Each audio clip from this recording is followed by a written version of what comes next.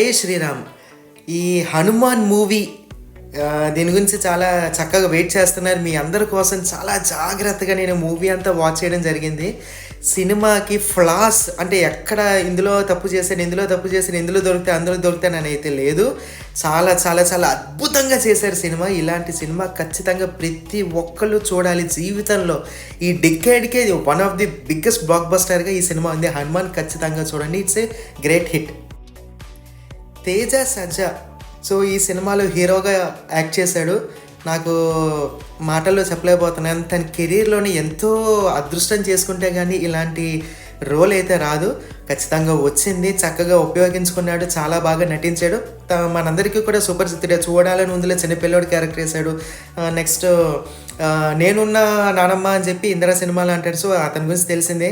So అతను second entry హీరోగా zombie రెడ్డితో స్టార్ట్ చేశాడు. ఇంకా అది